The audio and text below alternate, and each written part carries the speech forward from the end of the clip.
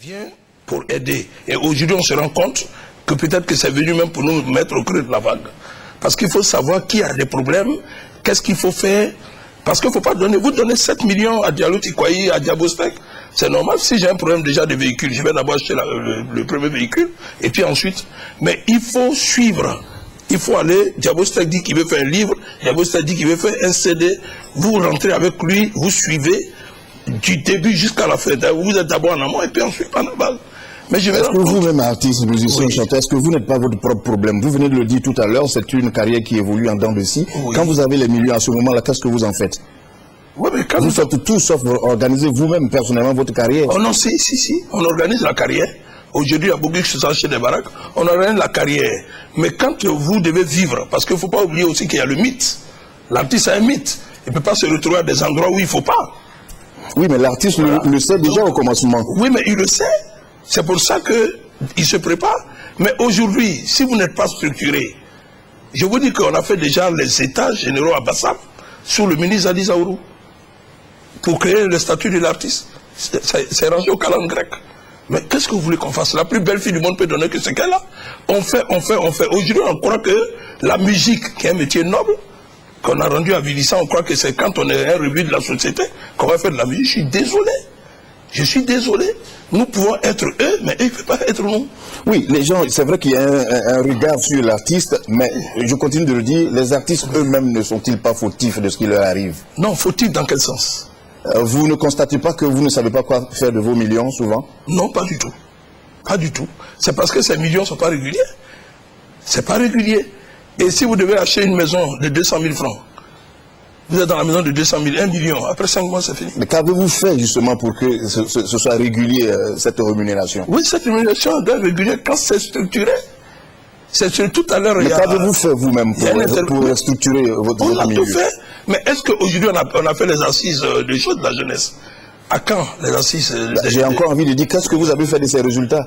Vous les artistes vous-même. Mais on fait ce qu'on peut. On n'est pas encadré. Mais c'est comme vous prenez quelqu'un, vous le mettez dans le désert. Même les méharis, les dromadaires, ils ne peuvent pas se retrouver.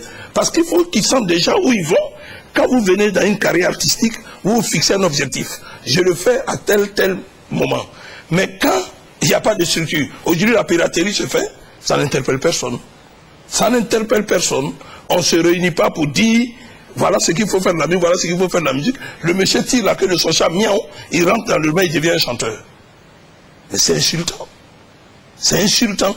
Donc il faut qu'on mette une barrière, il faut qu'on balise. Même un carrefour, il y a des stops, il y a des feux rouges. On ne peut pas entrer comme ça, comme à l'armée du salut. Ou bien dans une pétodière. Très bien. Alain Taï, votre réaction? Vous avez entendu ce développement, la même question reste valable pour vous. Les artistes, vraiment cette galère, ça s'explique? Ça s'explique par plusieurs facteurs.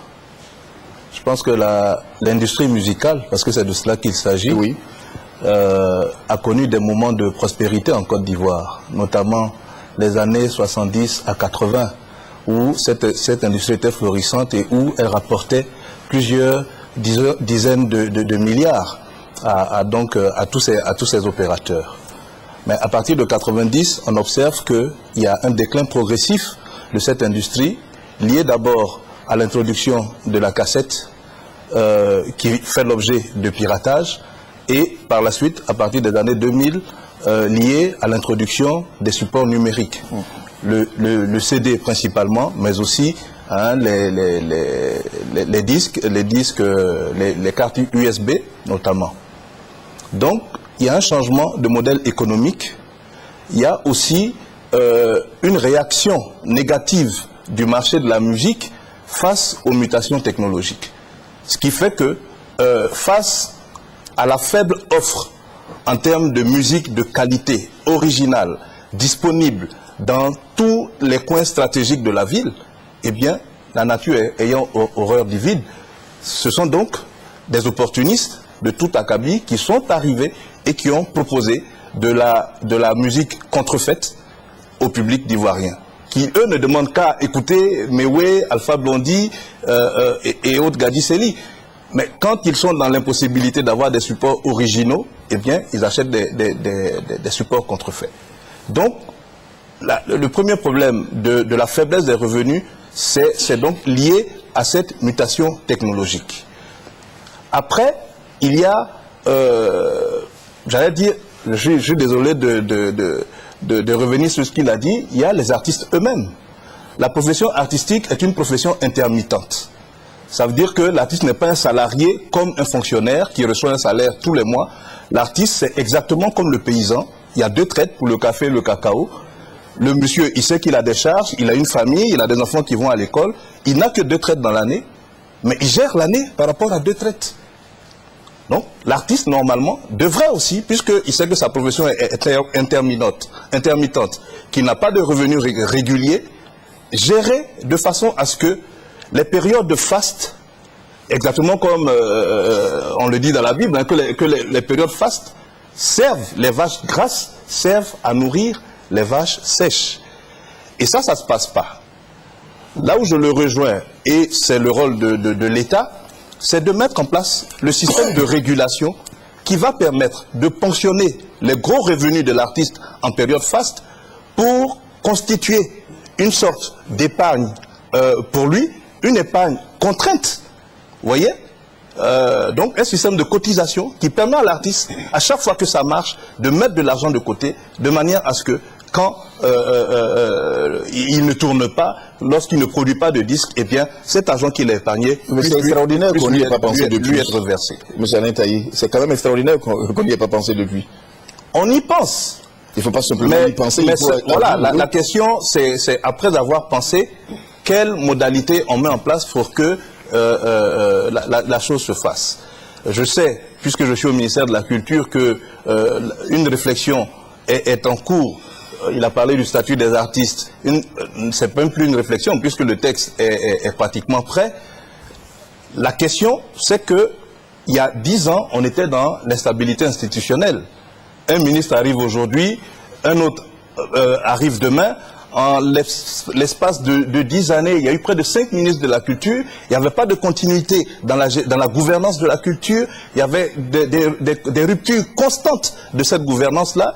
Celui qui arrive veut renouveler le personnel, veut changer la direction qui a été prise par son prédécesseur. Et finalement, on est dans une gestion chaotique. Aujourd'hui, je pense qu'on est dans la normalité. La normalité, pas la normalité. Et donc, les choses étant redevenues normales, petit à petit, progressivement, l'État est en train de prendre des dispositions pour rétablir. Votre voisin n'est totalement pas d'accord, mais tout à l'heure, nous allons lui passer la parole. Anna Ballo, vous avez suivi tous ces développements. Est-ce que c'est aussi votre avis? Oui, je pense qu'Alain a soulevé 2 points essentiels. D'abord, qui sont la régulation du secteur et l'organisation des artistes eux-mêmes. D'abord, la régulation du secteur revient à l'État. C'est vrai, il y a eu différents ministres qui se sont succédés et tout, mais aujourd'hui, notre gros handicap au niveau de la culture, c'est qu'on n'a pas encore une politique culturelle pour la Côte d'Ivoire. Même si on change de ministre, qu'une politique culturelle est adoptée pour 10 ans, pour 15 ans, ben, celui qui vient obligé de la suivre. Parce que ça fera partie des objectifs du gouvernement, ça fera partie des éléments sur lesquels on pourra l'évaluer. Vous êtes en train de nous apprendre qu'on n'a pas une politique de façon générale en ce qui concerne la contribution sur ça. Oui, peut-être qu'il pourra l'apporter, mais pour ma part, en tout cas, on a encore reçu, en tant que professionnel du secteur, on n'a encore reçu aucun document nous disant sur quel axe on devrait pouvoir fonctionner pour obtenir des subventions de l'État, pour obtenir des mécanismes d'appui. Ça rentrerait dans un cadre d'une politique culturelle. Avez-vous vous-même proposé? On propose tout le temps. On est en contact avec nos ministères de tutelle, parce que dans le cadre de l'audiovisuel, je ne dis pas du cinéma, dans le cadre de l'audiovisuel, on a 2 ministères de tutelle que sont le ministère de la Communication et le ministère de la Culture. Donc on propose, on essaie d'aider la tutelle à nous aider nous-mêmes, d'abord en organisant le secteur. Il a dit Diabostek, il n'y a pas de statut à l'artiste, mais je vais plus haut, il n'y a même pas de statut à l'entrepreneur de ce secteur. Parce que ce n'est pas que l'artiste qui est dans ce secteur. Il y a l'entrepreneur du secteur qui est le producteur, qui est celui qui décide de prendre le risque de mettre l'argent sur un produit qui est l'artiste, de le promouvoir, de le vendre, de le sortir en CD, de le sortir en film et tout. Mais qu'est-ce qui est fait pour ce producteur, qui quelquefois est obligé d'avoir est obligé de fonctionner comme une entreprise de commerce. Parce qu'il n'y a rien qui est prévu pour lui en termes d'appuis fiscaux, en termes de mécanismes de fonctionnement au niveau de l'entrepreneuriat. Donc le producteur se retrouve acculé. Forcément, ça déteint sur l'artiste qui, quelque part aussi, n'arrive plus à vivre de ce que le producteur ne peut pas lui donner. Et il s'érige en producteur, alors que ce n'est pas son métier, il ne sait pas. Et donc, comme on dit, la boule de neige grossit jusqu'à... J'espère qu'elle ne va pas aller se casser au pied de la montagne, quoi. Alors, Diallo Djikoya Vincent, quand on écoute tout cela, on a l'impression que tout est à faire. Bon, moi je pense que on n'est pas là pour s'amuser. Oui, on est d'accord là-dessus depuis le premier jour. On est là pour dire les vérités telles qu'elles sont. Allons-y à vos vérités. Voilà. La culture n'a pas besoin de politique. En Amérique, il n'y a pas de ministère de culture. Il faut que nous puissions nous responsabiliser. Il faut que nous puissions prendre notre métier à bras le corps. Ne pas compter sur un ministre qui va nous réunir aujourd'hui pour dire demain je vous donne 1 milliard et puis 4 mois après tu dis bon lui non, il a fait de la politique, il n'y a rien. Non, je pense que le ministère de la Culture en Côte d'Ivoire doit disparaître. On doit avoir, je crois, un grand mouvement culturel avec des artistes de renom. On va peut-être attendre. Oui, Diallo Djikoya Vincent, a-t-on vraiment besoin de la disparition des ministères de la Culture? Les ministères de la Culture, il y en a ailleurs et ça marche. Je crois qu'il faut autre chose. Ce n'est pas le ministère le problème. Qui se plaignent. Oui. Vous savez, regardez. Que propose-t-il? Je vous dis une chose. Ce n'est pas parce qu'on vous montre une œuvre qui a réussi, mais combien d'œuvres qui n'ont pas réussi qu'on ne vous a pas montré? C'est ça. C'est ça la politique. La politique ne vous montre que ce qui marche. Mais la souffrance, moi, M. Taï est là. Il m'a employé pendant 10 mois. Il ne m'a pas payé. Alors, je suis là devant lui. Quand je lui ai rappelé cela, il m'a dit, Monsieur Djikoya, vous avez affaire à l'État si vous m'attaquez. Je dis, j'ai travaillé 10 ans. Et ça recule l'artiste. Je suis aujourd'hui... Diallo Djikoya Vincent. Oui. Non, ne personnalisons pas la chose. Non, je suis désolé de dire la chose comme ça. Au Cameroun, la musique nourrit son homme. Il y a un ministère de la Culture, comme ailleurs, comme les autres pays. Oui. Ce n'est pas le ministère de la Culture qui pose problème. Oui. Est-ce que vous-même, artiste, excusez-moi de dire comme ça, êtes-vous conscient de ce que vous devez faire? Est-ce que vous faites ce que vous devez faire? Mais écoutez, moi je vais vous dire, nous faisons suffisamment ce que nous devons faire. Laissez-moi parler, s'il vous plaît. Oui, allez-y. Quand je dis que nous faisons suffisamment ce que nous devons, ce que nous avons à faire, ça veut dire quoi? Ça veut dire que au temps où il n'y a pas de guerre, où il n'y a pas de succession de crises, vous avez bien remarqué en Côte d'Ivoire que la culture flambait. On ne courait pas après le ministère de la Culture. Mais quand tout a été sectionné, quand tout a été anéanti, et que le chef de l'État nous dit que nous avons, pour nous aider, nous avons 2 milliards d'aide à la création. J'en ai envoyé 4 lettres, je n'ai rien reçu. Donc ces fonds-là, il fait quoi? On se demande aujourd'hui, ces fonds, il fait quoi? Où est-ce qu'il va, ces fonds? Or, qu'est-ce qui tue l'artiste? Quel est notre problème? Ce n'est pas parce que nous sommes malheureux.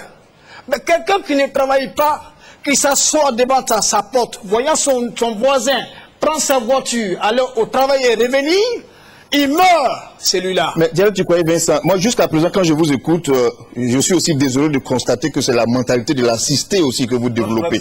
Oui, non, c'est la mentalité de... Je parle des fonds qui existent. Je ne veux pas demander le monde. On nous a dit qu'il y a un fonds qui existe pour les artistes. Le demander en bonne et due forme, ce n'est pas demander le monde. Tout à l'heure, je pense qu'il y avait le second aspect, quand je parlais d'organisation des acteurs eux-mêmes du secteur.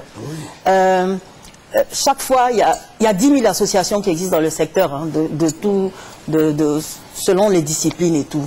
Mais qu'est-ce qu'on a fait, nous, pour effectivement montrer que, est-ce qu'on a été assez fort face à l'État pour que l'État joue effectivement son rôle de facilitateur et de régulateur? Ça, je ne pense pas. Quand je regarde au niveau audiovisuel, on a, je pense, 4 ou 5 audiovisuels et cinéma, on doit avoir une dizaine d'associations. On a tenté une fêtière, on n'a jamais pu parce que je pense que ceux qui vivent effectivement de ce métier n'ont pas le temps d'aller s'occuper des questions administratives d'association. C'est bien dommage, mais c'est la réalité aussi. Ou bien vous décidez que vous faites vos films et puis vous n'avez pas le temps de vous occuper des associations, mais ou bien vous décidez que vous faites que les associations, ben c'est celui qui décidera de faire que les associations, qui est complètement déconnecté de la réalité du terrain, qui ira discuter de vos problèmes. Aujourd'hui, voici la situation.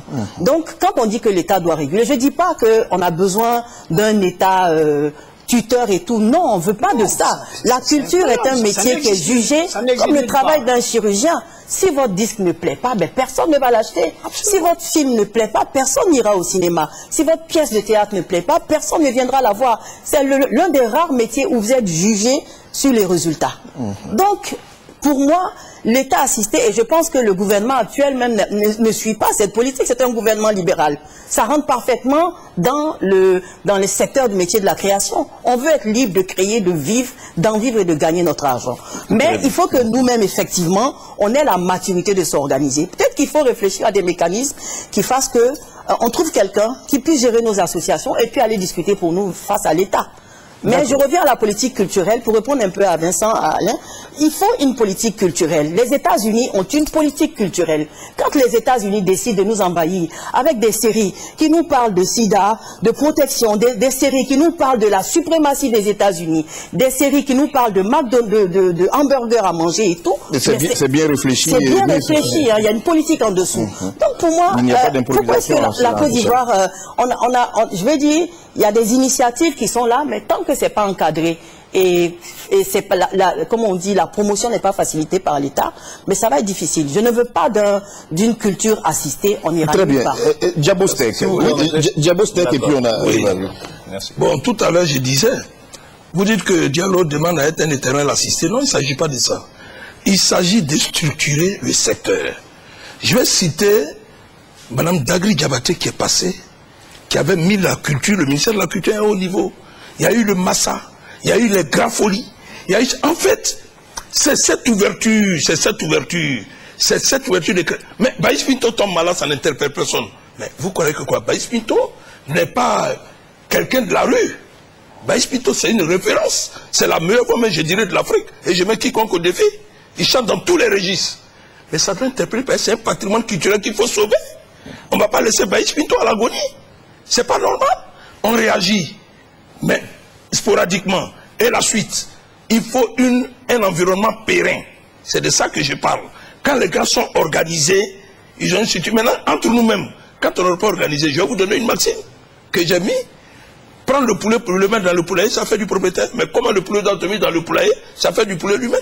Si on l'a organisé, parce que la 5e rubrique de la loi sur la parafiscalité dit formation. On a été formé quand?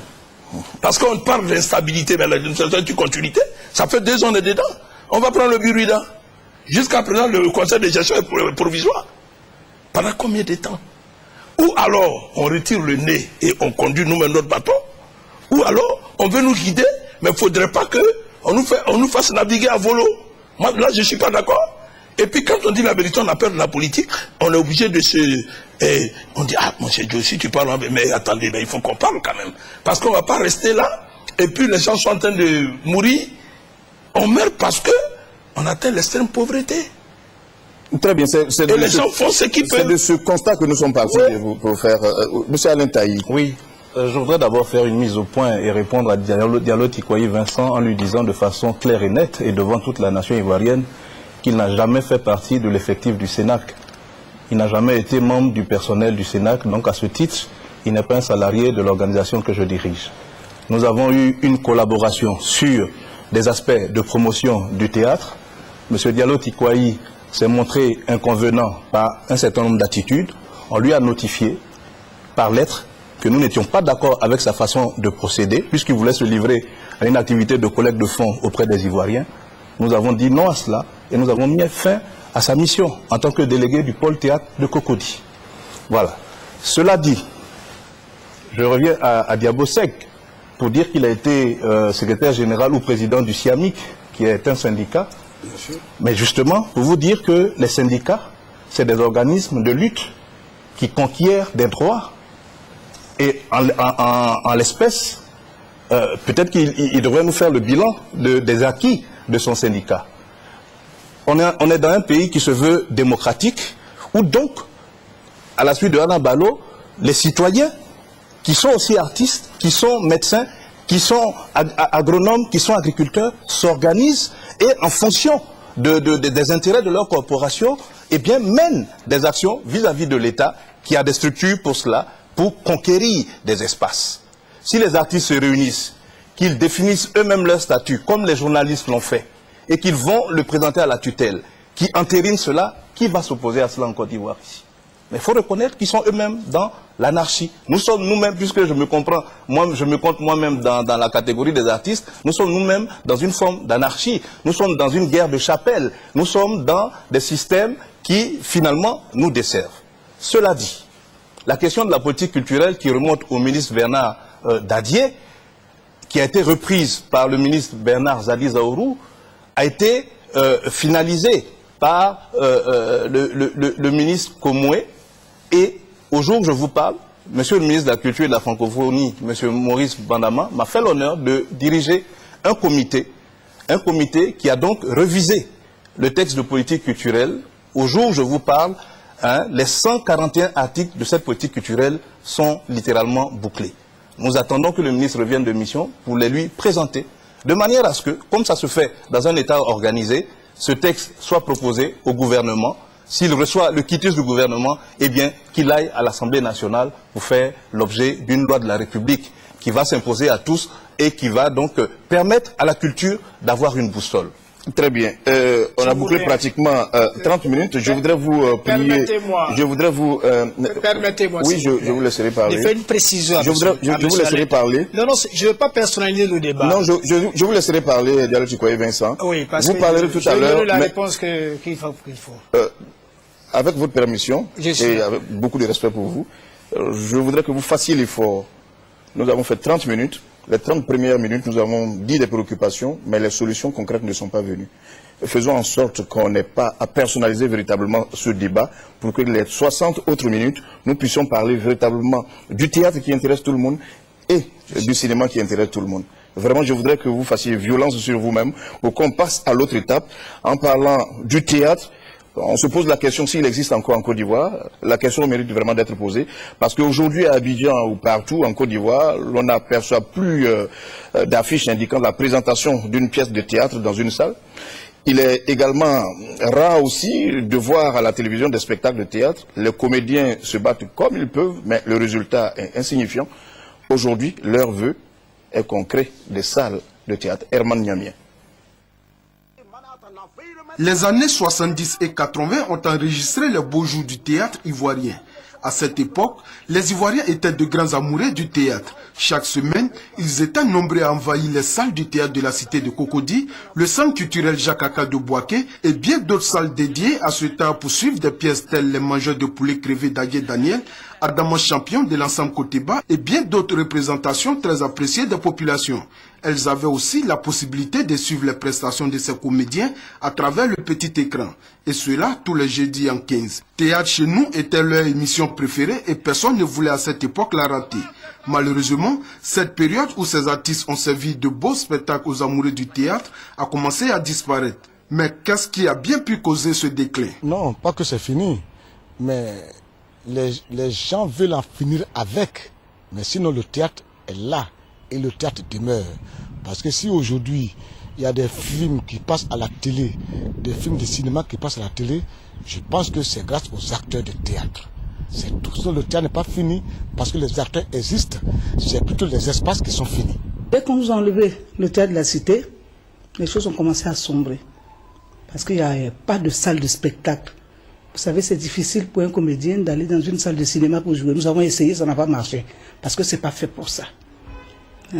Vous voyez, les gens nous disent souvent, quand on en parle, ils disent, mais et le palais de la culture? C'est vrai, s'il y avait eu un enchaînement, aujourd'hui on aurait fait ça comme au palais de la culture. Mais il y a eu la cassure. Nous avons arrêté de jouer parce qu'on nous avait enlevé le théâtre de la cité. On n'avait plus d'autres salles. Le centre culturel français, ils ont leur programme. Et souvent on nous programmait les lundis et mardis. Qui est-ce qui peut venir au spectacle lundi et mardi? Donc ça fait qu'on a été gagné un peu par le découragement. Il n'y avait plus de salles. Et quand les gens ont construit le palais de la culture, il y avait eu cette cassure-là qui faisait que l'Ivoirien avait perdu l'habitude de venir au spectacle. Tous sont unanimes en dehors du manque de moyens financiers pour produire les pièces de théâtre. La principale cause du déclin du théâtre ivoirien est le manque de salles de prestation. À cela s'ajoute la crise économique qui a touché les populations. Rares sont celles aujourd'hui qui se mobilisent pour le théâtre au regard de leur pouvoir d'achat. Ces populations préfèrent se procurer des DVD, des films ou des pièces de théâtre à des prix défiant toute concurrence pour les regarder à domicile. Que faire aujourd'hui pour redonner le goût du théâtre aux populations? Moi, ce que je conseille plutôt, c'est de faire la promotion de nos produits dérivés et faire en sorte de rendre accessibles nos produits, nos œuvres à travers vraiment un réseau de distribution plus élargi et plus efficace qui nous permettent d'être en contact avec nos fans. Donc je souhaite, moi, que le théâtre puisse revenir. Et mon plus grand souhait, c'est que l'État prenne en charge. C'est qu'on du fait qu'aujourd'hui on a besoin de structures, comme d'écoles, de théâtre, de cinéma, Côte d'Ivoire, ça a formé les jeunes à cet art noble-là. D'aucuns disent que la balle est dans le camp des comédiens eux-mêmes. Si les hommes de théâtre commencent eux-mêmes à donner de la valeur à leur profession, les populations les suivront et finiront certainement à mettre fin aux pratiques qui nuisent dangereusement au secteur. L'État aussi doit se pencher sur cette situation. Le théâtre n'a jamais bénéficié de subventions. Les différents ministres qui se sont succédés au ministère de la Culture prêtent une oreille peu attentive aux cris de cœur des comédiens. Le théâtre n'existe plus en Côte d'Ivoire. Je ne sais pas si vous êtes d'accord avec cette affirmation. Mais Diallo Tikoye Vincent, à votre avis, pourquoi le théâtre aujourd'hui ne marche pas en Côte d'Ivoire? Le théâtre, il y a eu un moment où tout le monde parlait théâtre. Aujourd'hui, on n'en parle plus. Il y a plusieurs raisons. Je vais vous expliquer. De 1980 jusqu'à 1990, c'était vraiment, le théâtre était vraiment à la page. Vous avez des troupes comme Suleiman Koli, Adje Daniel, et Djibo de Divo. Tous jouaient. Et nous avions l'avantage d'avoir des salles aussi. On avait le CCF, on avait le Théâtre de la Cité, on avait le Jakaka. Et puis de façon approximative, je peux dire, nous avons la piscine de Korogo, nous avons le CCA Véamont. Je connais toutes les salles de Côte d'Ivoire. Vous avez le centre culturel de San Pedro, ou alors il y a une autre salle secondaire. Donc à partir du moment où la Côte d'Ivoire a connu le multipartisme, nous avons commencé à avoir des problèmes. Parce que les uns et les autres se préoccupaient plus de leur parti. Quand vous jouez, il est difficile de rassembler ce que vous rassemblez hier. Vient maintenant le coup d'État à répétition. Tout le monde ne savait pas où mettre la tête. D'abord, les salles de cinéma, les salles que nous avions sont devenues des églises. La plupart des églises, on n'a pas d'espace d'expression. Et ça fait que ça a donné une idée aux jeunes qui ont inventé une forme d'expression culturelle qu'on appelait à tort et à raison à l'époque théâtre, alors que c'est des sketchs en fait. Oui, même ces sketchs aujourd'hui, on ne les voit plus. Oui, ben, je vous dis que non, ils ne sont pas encore finis. Ces sketchs encore, ils ont leur place. Ils jouent sur les grands espaces. Et ça marche très fort. Pour Jimmy Danger, pour Adrien Coutois, pour d'autres personnes, pour les Agarawa. Tu vois bien que ça marche pour ceux-là. Alors, quand on prend cette période-là, on arrive à la fin de la crise, où hier, le spot à la télévision, au temps des anciens dirigeants, vous avez pour 60 000 francs, vous payez 60 000 francs, on vous confectionne votre spot et on allie vos spots. On ne vous demande rien du tout. Alors, par comparaison, quand on prend une troupe de théâtre qui joue dans une salle de 500 places au plus, et un musicien qui joue dans une salle de 7 000 places, vous payez le même spot, le même prix des spots. Imaginez-vous que si vous avez payé pour une place de 500 places, même si vous vendez le billet à 5 000, vous avez 2 500 000. Mais si vous avez déjà payé sur les 2 500 000, vous avez déjà payé 2 millions de spots, qu'est-ce qu'il vous reste pour payer vos comédiens? Donc, tout est venu engloutir le théâtre. Le coût de production est tellement difficile aujourd'hui, est tellement cher, que l'homme de théâtre ne peut pas se dire aujourd'hui, c'est facile de créer une pièce, mais il faut avoir les moyens de la promotion. Maintenant, ce n'est plus les petites affiches, c'est si vous voulez, on appelle ça... c'est beaucoup plus le problème de moyens, comme vous êtes en train de dire, c'est cela. Donc, je conclus pour dire que l'homme de théâtre a encore des pièces. Et je pense que même M. Alain Taïl l'a démontré. Quand il fait appel à des troupes, les troupes arrivent. Mais c'est des jeunes gens qui ont des pièces. Mais ils ne peuvent pas se prendre en charge. Là, vous évoquez les problèmes de moyens, oui, le coût de production. Mais nous demandons aujourd'hui, nous sommes prêts à demander à la télévision de revoir le tarif pour le théâtre, parce que nous ne jouons pas dans une salle de 7 000 places. Nous jouons dans les salles de 400 places, dans les salles de 500 places ou plus. Nous ne pouvons pas payer les mêmes spots que les musiciens. Très bien, votre proposition est entendue. Oui, Anna Balou. Moi, je pense que c'est vrai, Diallo Tikwayi évoque une situation qui est réelle, mais Alain aussi a évoqué l'évolution du marché. Il faut que nous, artistes aussi, on en tienne compte. C'est pas parce qu'on a vu nos grands-parents jouer dans des petites salles de théâtre, au théâtre de la Cité à Cocody ou au centre culturel d'Abobo, qu'on doit forcément aussi rester campé là. La consommation évolue. Le consommateur n'a peut-être pas besoin de se retrouver dans une salle de théâtre. Il a envie peut-être de voir, comme on appelle, une pièce de théâtre sur son smartphone et tout. Il faut que nous-mêmes aussi, oui, on s'adapte. On s'adapte, qu'on ne reste plus en arrière en se disant, voici nos difficultés et qu'on se campe sur ça. Je suis d'accord, on dira, oui, bon, c'est parce que vous arrivez à vous en sortir et tout. Non, je ne m'en sors pas en tant que producteur ou réalisatrice. Je suis obligée, par intermittence, de faire des métiers de communication pour pouvoir aussi me nourrir. Mais j'essaie de réfléchir à la réalité de mon marché.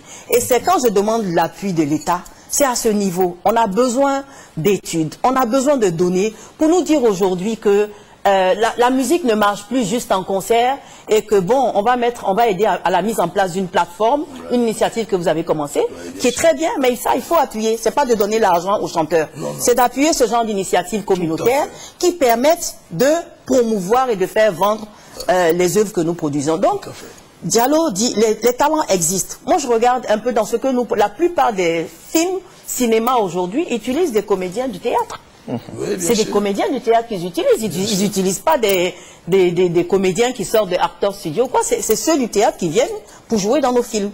Donc ça veut dire que quelque part, n'ayant plus d'espace d'expression, ils sont obligés de se muter en acteurs de cinéma et ça tue également le théâtre. Donc les deux problèmes pour moi du théâtre aujourd'hui, c'est pas les talents, c'est le mode d'expression, de mise à disposition du produit. Et puis, comme je disais tout à l'heure, c'est peut-être suivre aussi l'évolution du marché. Alors, Diabostek, a-t-on identifié de façon nette aujourd'hui les mots qui minent le théâtre en Côte d'Ivoire? Oui, je crois qu'elle a un peu brossé ça, mais c'est plus profond que ça. Effectivement, il n'y a pas de salle. Effectivement, il n'y a pas de salle. Et puis, tout à l'heure, on nous dit à chaque fois, organiser, j'ai dit, il faut créer l'environnement. Quand l'environnement va être créé, c'est vrai que même dans la musique, on est passé du système analogique au numérique.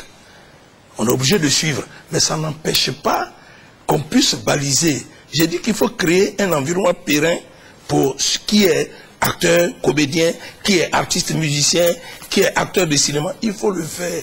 Quand ça va être créé, on peut faire peut-être les assises ou les états généraux de la culture, je ne sais pas quoi. Mais quand tout ça va être créé, maintenant on verra. Celui même qui n'est pas à la hauteur va s'estiper lui-même. C'est-à-dire qu'on n'aura pas besoin... Oui, vous le dites, mais ceux que vous considérez qui sont à la hauteur aujourd'hui, on ne les voit pas du tout ceux-là déjà. Oui, est-ce que le problème c'est véritablement le statut, on ne sait pas qui doit être du théâtre ou non? Oui, est-ce que c'est véritablement le ça m'a dit que beaucoup de gens aujourd'hui ont jeté le manche après la cognée parce qu'ils ne se retrouvent pas. Ils ne se retrouvent pas. Moi, j'ai dit qu'il y a des situations rapides, très brèves, qui peuvent tout de suite gérer ça. Parce qu'aujourd'hui, la piraterie, si le premier chef, le garant de l'exécutif, c'est là pour dire, dorénavant, celui qu'on fait ceci, on le prend, vous allez voir que ça change. Mais les textes existent déjà sur la piraterie. Non, les textes sont un peu légers. Oui, les textes, ça fait que quand on arrête les gens, oui. C'est trop léger. Quand on arrête les gens, on est obligé après de les libérer. Parce qu'on n'est pas assis. Les textes plus corsés, c'est cela. On est assis sur de la lise et puis on ne peut pas avancer.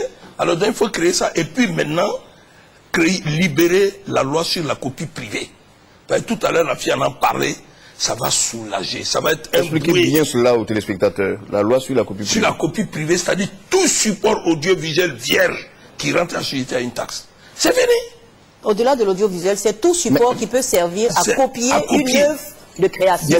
Mais c'est cela le principe jusqu'à présent. Non. Non, il n'est pas appliqué tout simplement. Ça ne marche pas du tout. Il n'est pas appliqué. Et je vais vous expliquer pourquoi il n'est pas appliqué. La loi qui régit la propriété intellectuelle en Côte d'Ivoire dit que tout support vierge qui rentre doit être taxé à au moins 10% de sa valeur commerciale. Quand l'État raisonne, l'État dit, moi j'ai une politique de développement d'éthique. Si je taxe les ordinateurs, les smartphones, les clés USB et tout le reste, il y aura une flambée des prix et finalement, la politique de un Ivoirien, un ordinateur ne pourra pas être mise en place. C'est donc un dilemme. La question maintenant, c'est de prendre un article qui vient en modification de cette disposition de la loi, de manière à ce que, eh bien, il y ait un taux qui soit pratiqué sur les supports vierges, qui soit supportable aussi bien par les importateurs que par les acheteurs et qui ne cause pas de préjudice par ailleurs. Très bien, là vous nous avez expliqué la loi. Voilà. Maintenant, monsieur Alain Taï, à votre avis, le théâtre, la solution c'est quoi aujourd'hui? Avant même de parler des cassettes, il faut produire. Il n'y a pas de solution miracle. Je crois que L'aîné Tikwayi a fait un très beau tableau des mutations du théâtre en Côte d'Ivoire. Aujourd'hui, après la décennie de 90, les Ivoiriens ont considérablement changé. Ils ont changé au niveau de la mentalité, au niveau des habitudes culturelles, ils ont changé. Donc, première chose, on ne peut pas leur proposer le théâtre qui se faisait d'il y a 20 ans. Parce que les modèles, même esthétiques, ont changé. Ça, c'est la première chose. Donc, nécessité de remettre en cause notre art dramatique et d'inventer de nouvelles formes qui rencontrent l'adhésion et l'attente du public d'aujourd'hui. On sait qu'aujourd'hui, les spectacles qui marchent, que ce soit en Europe, aux États-Unis, c'est des spectacles minimalistes à un personnage, à 2 ou 3 personnages. En cela, Alomo a été un précurseur. Il s'agit de faire la politique non seulement de nos moyens, mais aussi de nos espaces. Aujourd'hui, en Côte d'Ivoire, il y a près de 200 centres culturels communaux qui ont une capacité moyenne de 300 places. Si nous sommes 2 ou 3 à monter une pièce, et Nakissi Savané l'a fait, quand j'étais coordonnateur du PSIC, elle a monté un spectacle avec 4 acteurs, qui a voyagé jusqu'à Ouangolo-Dougou, qui a fait salle comble. Elle est revenue avec une recette propre de 2 millions de francs, avec des spectacles qui étaient vendus à 300, 500 francs selon les publics. C'est dire que si on a trouvé la bonne formule au niveau de la création artistique et le bon ancrage pour positionner nos spectacles dans des espaces qui existent déjà, eh bien, on peut s'en sortir. La musique est en train de le réussir. Puisque aujourd'hui, à Abidjan, vous ne pouvez pas aller dans un quartier, dans une commune, sans qu'il n'y ait de piano-bar qui programme des artistes les week-ends. Aujourd'hui, même dans les maquis, on vous fait des spectacles de zouglou. Ça veut dire que chaque secteur arrive à s'inventer, à se réinventer de manière à continuer de vivre. Et donc, ce que moi j'attends du théâtre, c'est ce que nous avons commencé au Sénat Café Théâtre de Trècheville, c'est programmer des artistes qui ont de beaux spectacles, qui peuvent amener du public. Mais ce que j'attends des hommes de théâtre, c'est un peu plus d'audace. Un peu plus d'audace. Prendre le risque, comme les prêcheurs évangéliques le font, d'aller au bout d'une rue et de commencer à annoncer la bonne nouvelle.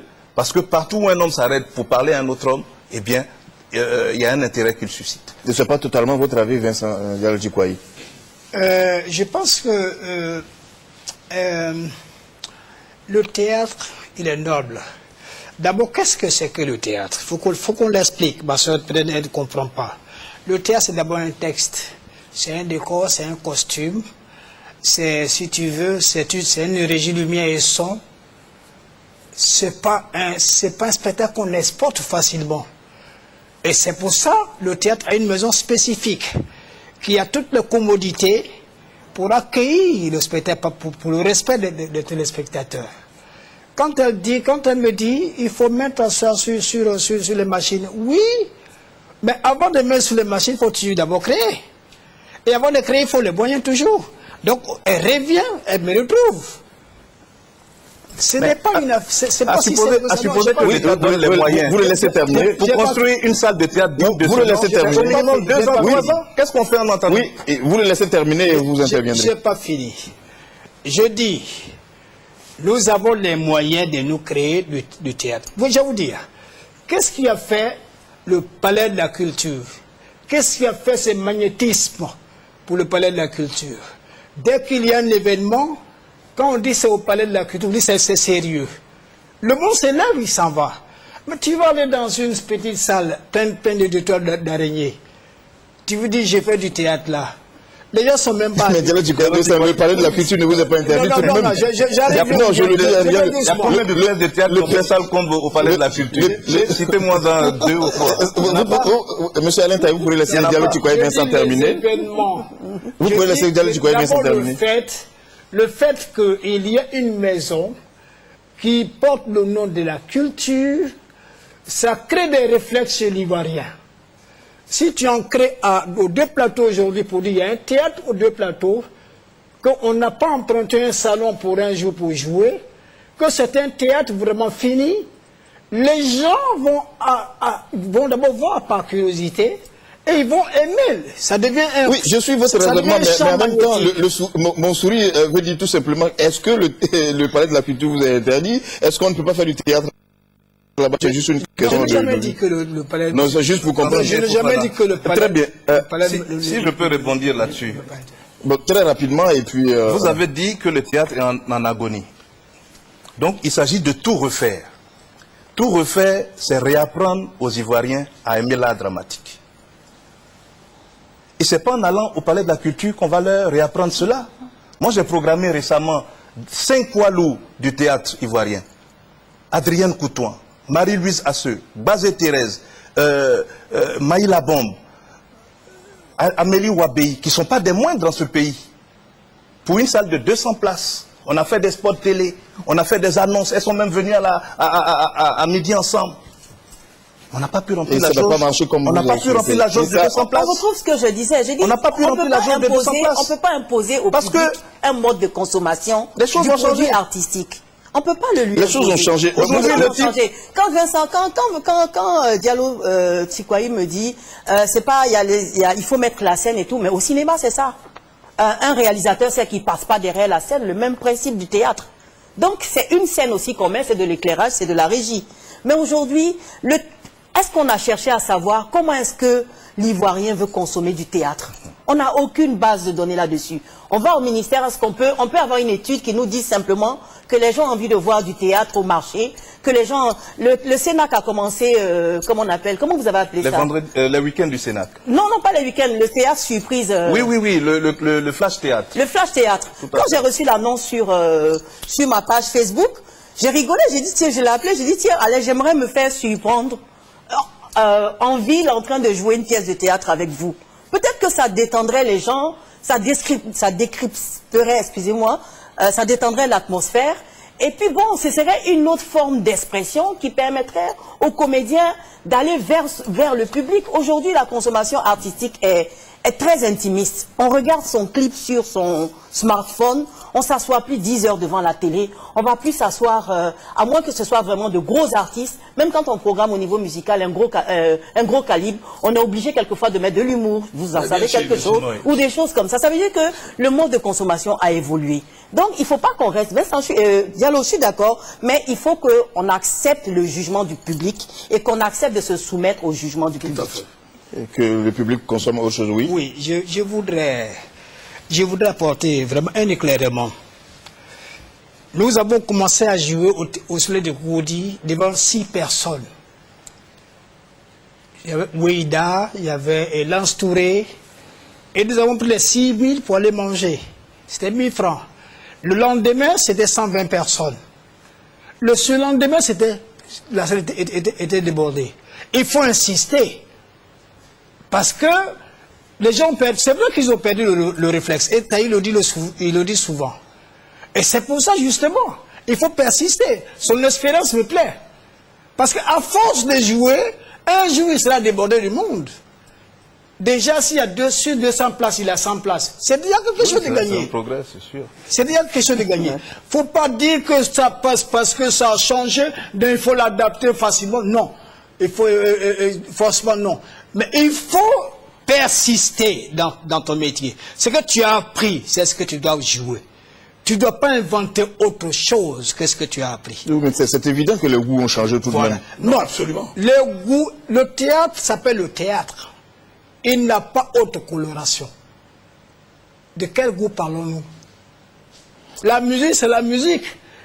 Elle a son goût. Oui, tout à fait. Et en 1960, on ne jouait pas le zouglou, par exemple. C'est pour vous dire tout simplement que le goût change. Je suis d'accord. Le théâtre, autrefois, tel que vous le faisiez, aujourd'hui, il n'est peut-être pas accepté. Il faut accepter cela. Je te fais un témoignage. Pardonne-moi si je te tutoie sur le plateau. Avant de tomber malade, j'ai fait Boaké, j'ai fait Yamsokro, j'ai fait Katiola, j'ai fait Man. J'ai fait San Pedro, j'ai fait Guiglou. Et tu sais l'accueil qu'on m'a réservé? Pour dire que le théâtre est dépassé?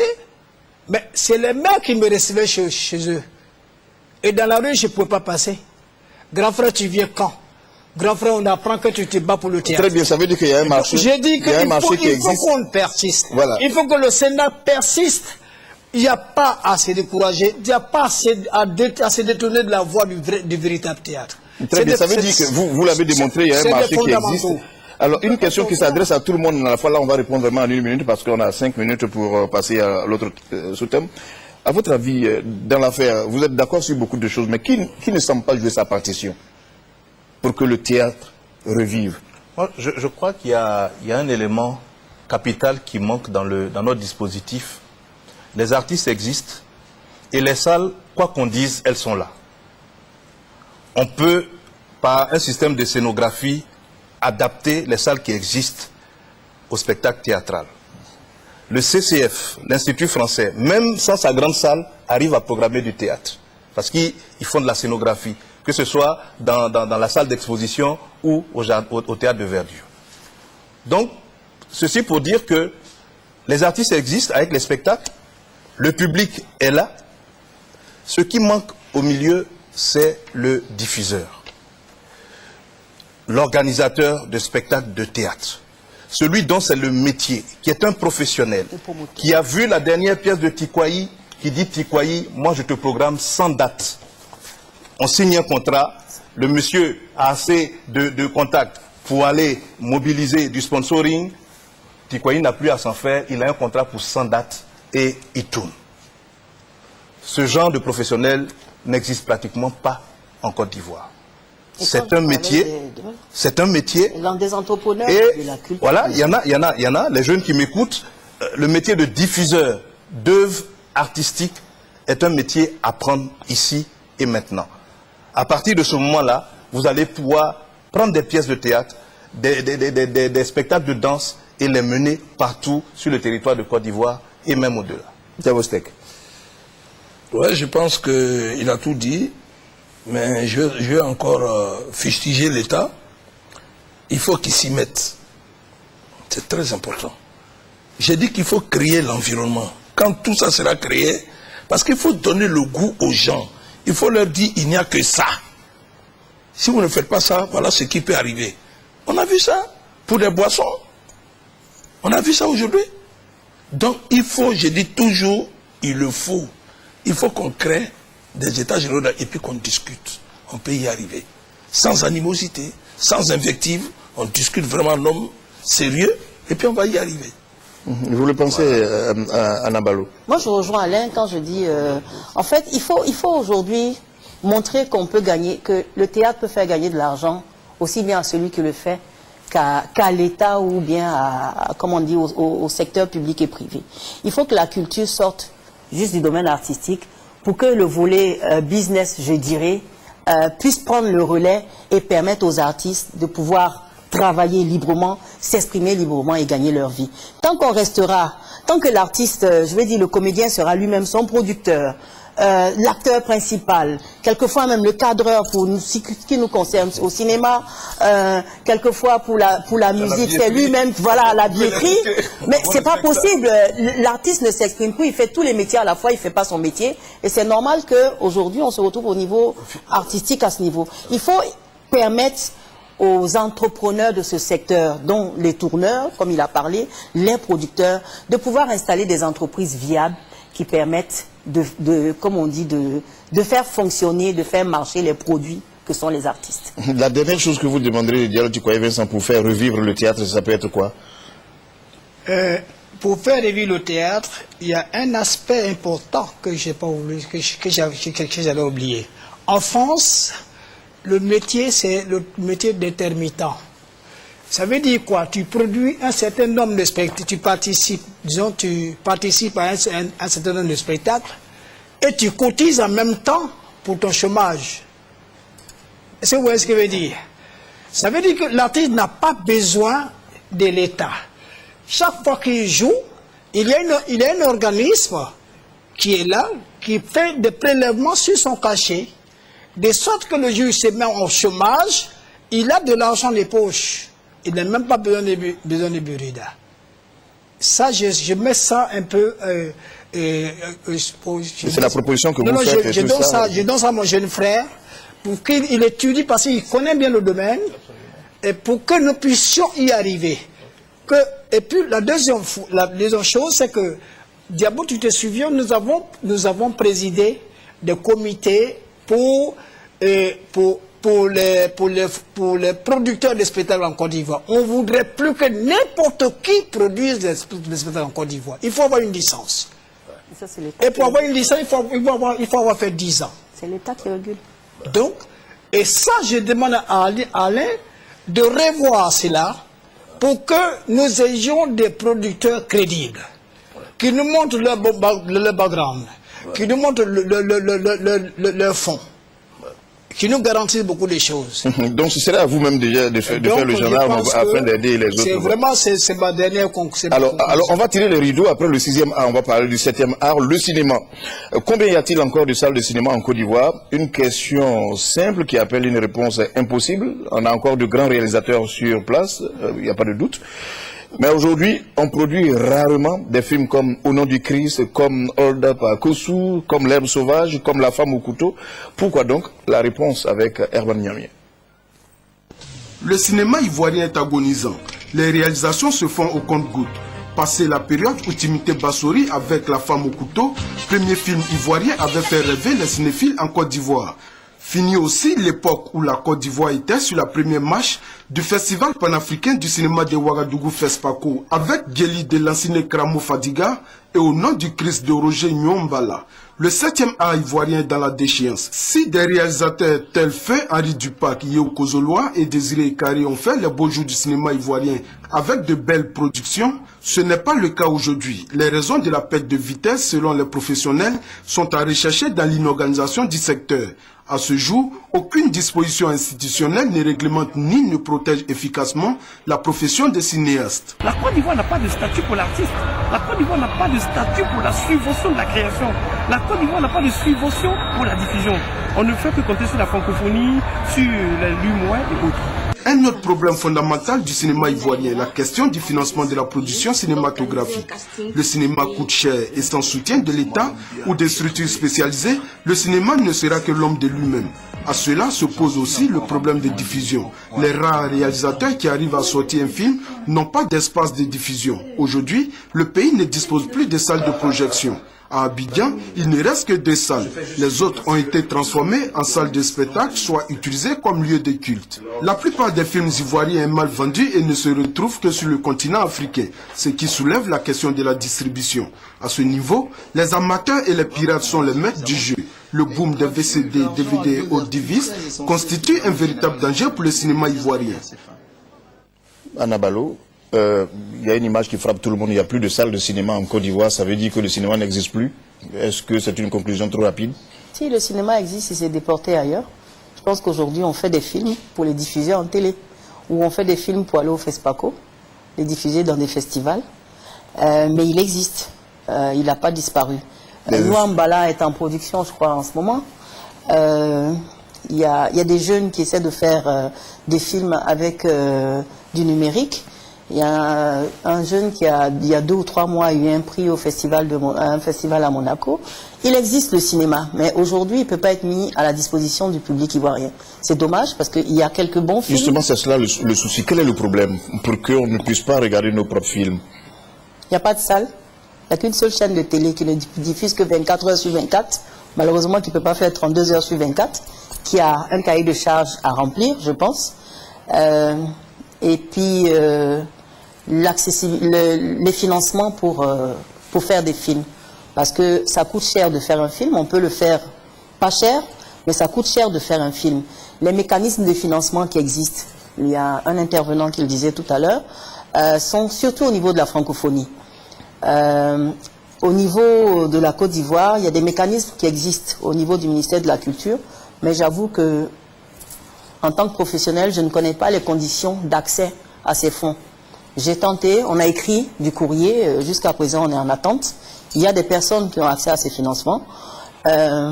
Donc, je dirais pour résumer que le financement est le gros problème du cinéma en Côte d'Ivoire et de l'audiovisuel aussi. La disponibilité des espaces de diffusion.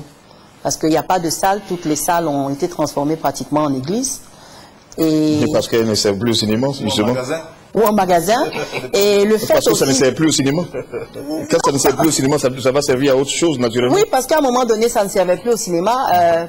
Quand Diallo faisait tout à l'heure son état des lieux, en 90, les mécanismes d'appui de l'État ont chuté dans tous les secteurs à cause de la crise. La culture en a pâti. Donc forcément, l'État ne pouvait plus financer le cinéma comme ça se faisait à l'époque de la Société ivoirienne de cinéma. Donc, à un moment donné, les privés se sont installés, mais n'ayant pas suffisamment de moyens.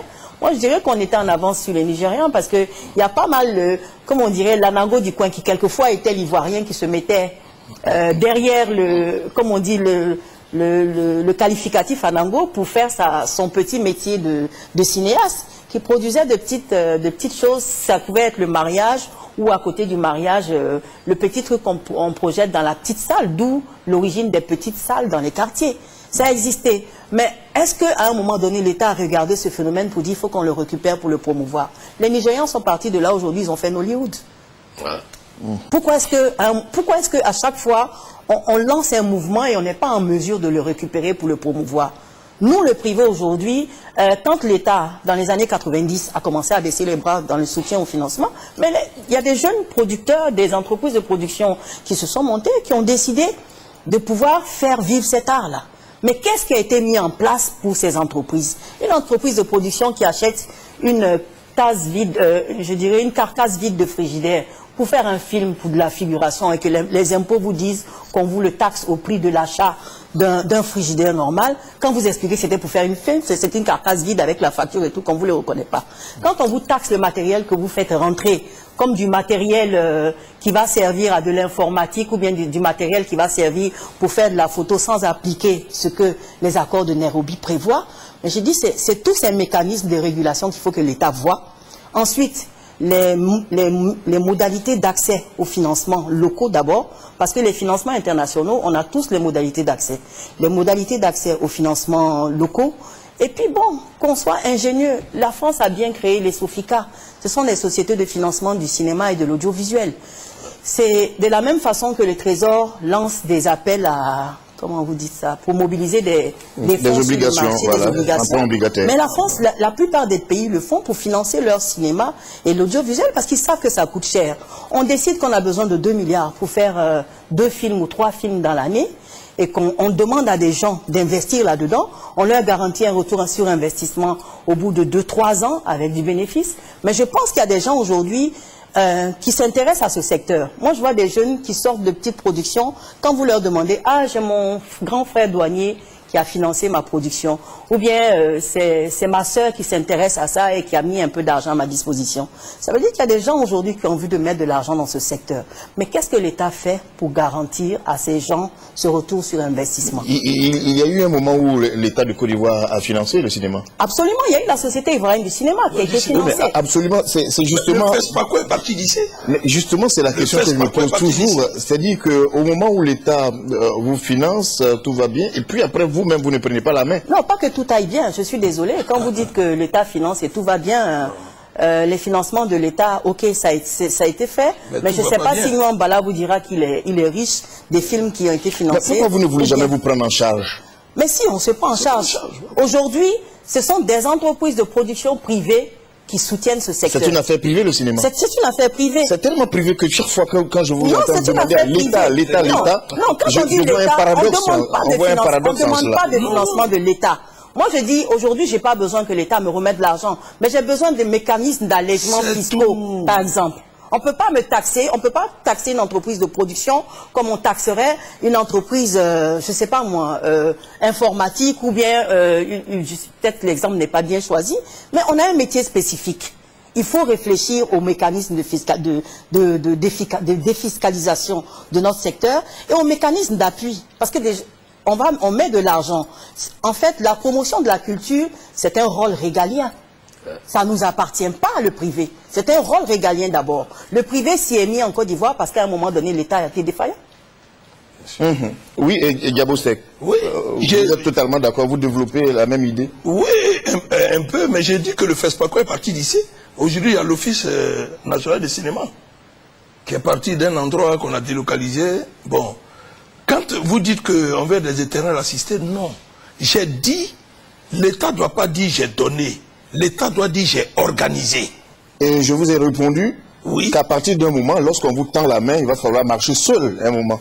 Oui. Mais vous n'y pensez jamais. Non, non, parce que depuis tout à l'heure, c'est l'État n'a pas fait, l'État n'a pas fait, l'État n'a pas fait. Vous-même, qu'avez-vous fait pour vous-même?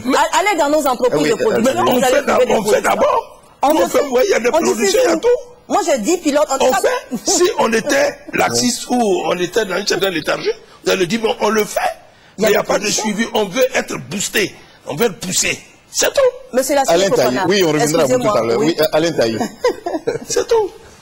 Non, je souris parce que j'ai l'impression que l'État a commencé il y a 2 ans. L'État de Côte d'Ivoire existe depuis 1960.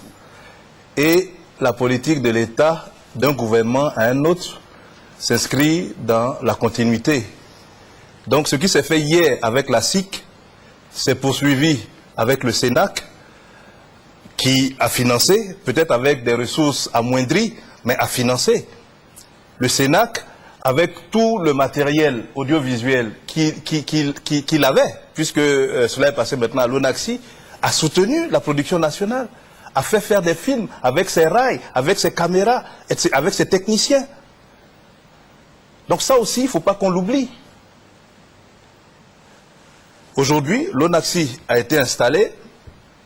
Le nouveau directeur, on sait qu'on a connu un malheur avec la disparition de Kitia Touré, mais le nouveau directeur qui est arrivé s'emploie à développer un certain nombre d'axes que le ministère lui a confiés. Quand on me dit que l'État ne finance pas, je m'inscris en faux. L'État finance. Mais le financement de l'État ne pourra jamais se substituer à un financement privé. L'État apporte des accompagnements. Sur un budget d'un film de 35 mm qui coûte 1 milliard ou 1,5 milliard, l'État ne peut pas se permettre de financer tout cela en sachant que c'est une activité privée et que c'est du business. L'État peut apporter une subvention d'appoint, mais il ne peut pas se substituer. Cela dit, des jeunes réalisateurs comme Howell Brown, comme Philippe Lacotte, Akissi Delta qui a produit Ma famille et même Eugénie Ouattara Djouedjouessi ont eu des subventions de l'État parce qu'elles ont donné le témoignage qu'elles travaillent et qu'elles parviennent à produire, parfois même sans le soutien de l'État en premier. C'est un encouragement.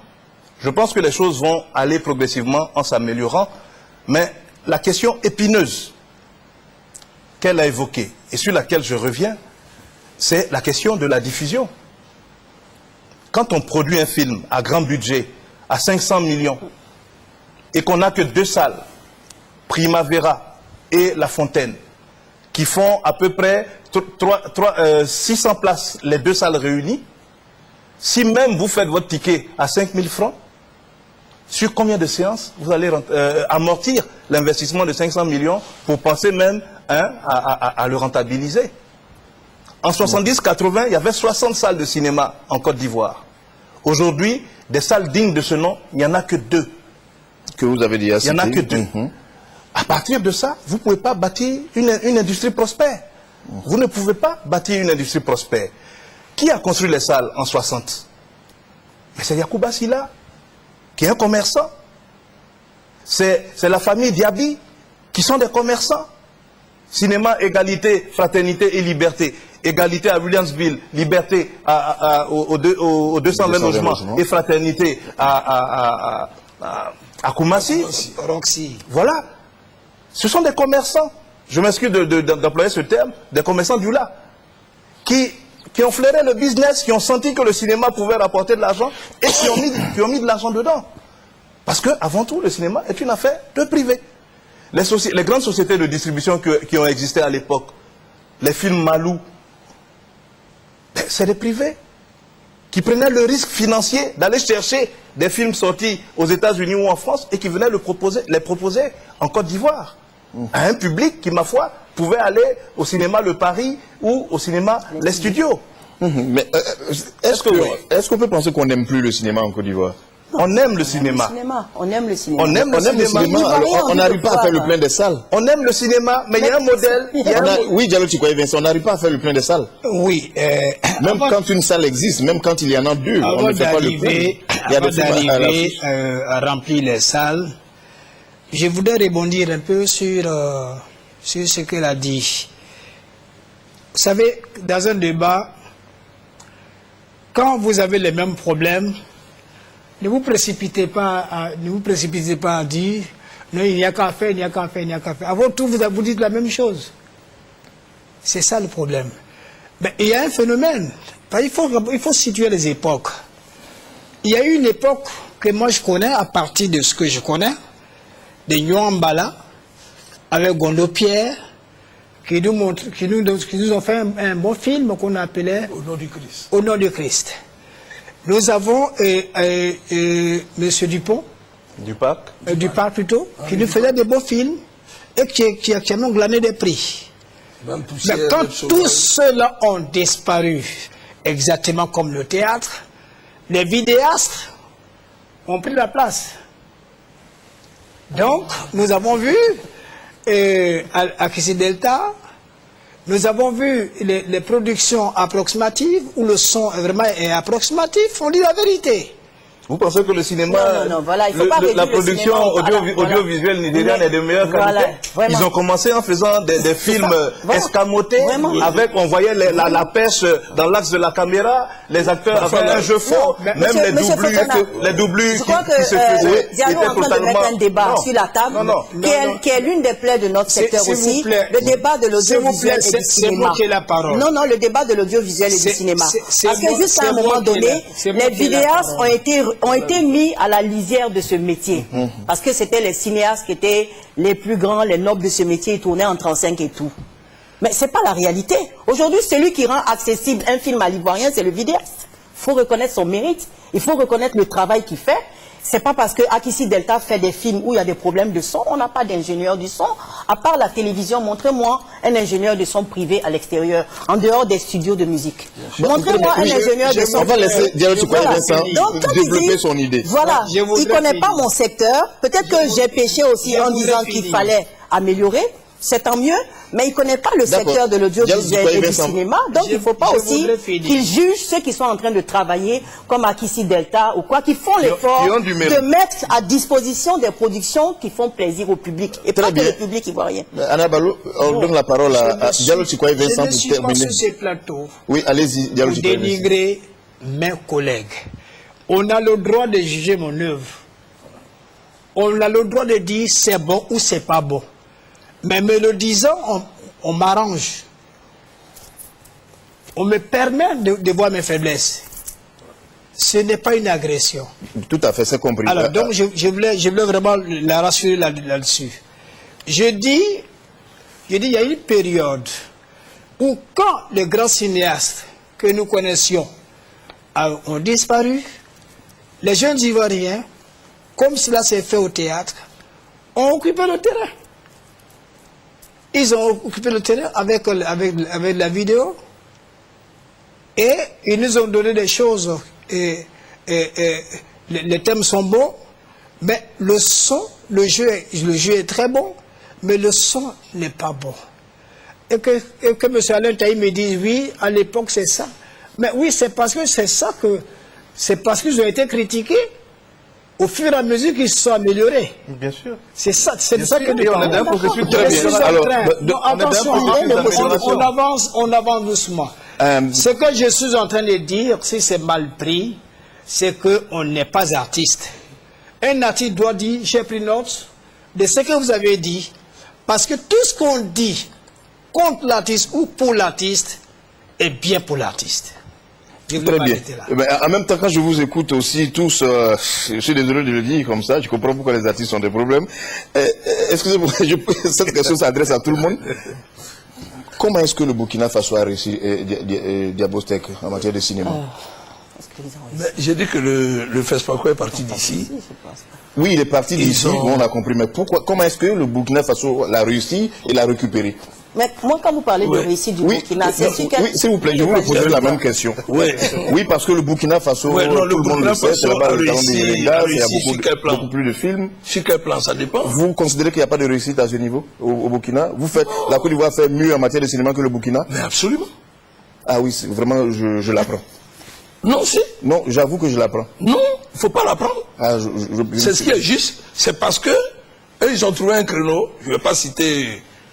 pour ne pas faire le contrepoids d'une télévision qui n'est pas souvent, et les gens le savent, mais parfois, les films, la qualité n'est pas, c'est pas trop ça. C'est-à-dire que les gens arrivent à des moyens de bord, à faire ce qu'il faut. C'est tout. Ce qu'on appelait en d'autres termes le... Avant, il y avait Banania même qu'on prenait pour... C'est tout. Sinon, c'est pas parce qu'ils sont à la hauteur, ils ont... Non, pas du tout. Pas du tout. Pas du tout. Je dis non, je ne suis pas d'accord. Ils ont réussi en quoi? Plus que nous. J'ai dit non. J'ai dit non. Ils produisent plus que nous? Oui, mais on peut produire... Non, je demande juste, je voudrais savoir, ils produisent plus que nous? Oui, on peut produire 100 films, mais ça peut être 100 erreurs aussi. Mais il ne suffit pas de mettre les choses... Il faut mettre la qualité. Voilà, il ne faut pas mettre des navets aussi sur le marché. Moi, je pense qu'il faut situer ce qu'on appelle la réussite du cinéma burkinabé. Le FESPACO est mondialement connu aujourd'hui. Ça, c'est indiscutable. Mais c'est parti d'ici, le FESPACO.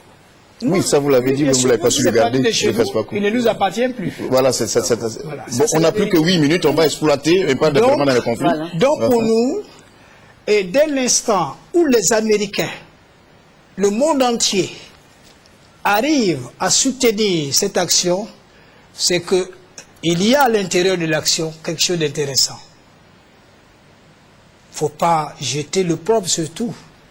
Donc pour moi, je dis que ce que nous n'avons pas pu réussir, qui a été établi par nous-mêmes, qui a été fabriqué par nous-mêmes, si nous avons laissé échapper cette chose, il ne faut pas le regretter aujourd'hui. c'est tous les cinéastes du monde qui arrivent. Les Américains arrivent. Donc, on peut dire que c'est un succès. On peut dire que c'est... Moi, je dis que c'est... Justement, celle-là vient ma surprise un peu parce que le FESPACO est quand même tout... Le monde entier est réuni à Ouagadougou pour le FESPACO. Et quand on me dit que ce n'est pas une réussite, j'ai du mal à... Quand vous parlez du cinéma burkinabé, le FESPACO, c'est pas que du cinéma burkinabé, c'est pas que les films burkinabés qui gagnent au FESPACO. C'est le monde entier, c'est les productions africaines qui y sont. Le Burkina a l'avantage de recevoir le FESPACO. C'est tout. Donc je pense que les producteurs, les cinéastes burkinabés traversent les mêmes difficultés que les producteurs ivoiriens. Ils ont eu à un moment donné l'accès à différentes chaînes de télévision internationales qui a rendu visibles les productions burkinabées.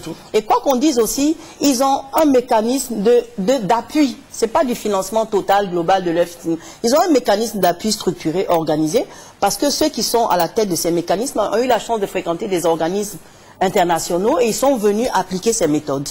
Donc, moi, pour faire des propositions dans ce sens, je pense que d'abord, il faut arriver à professionnaliser notre secteur. Parce que tout le monde y est en train. Dès qu'on sait tenir une caméra, surtout avec le numérique aujourd'hui, on fait même des films avec son portable.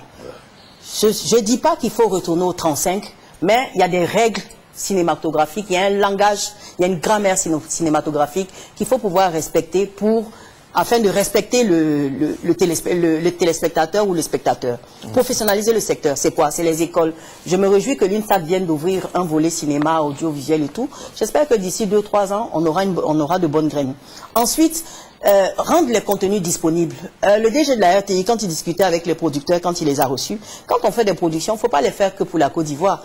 Ce que coûte une production, juste un pays ne peut pas l'absorber. Il faut arriver à envisager, il faut arriver à vouloir de ce marché sous-régional de près de 300 millions d'habitants qu'on a aujourd'hui au niveau de la CEDEAO.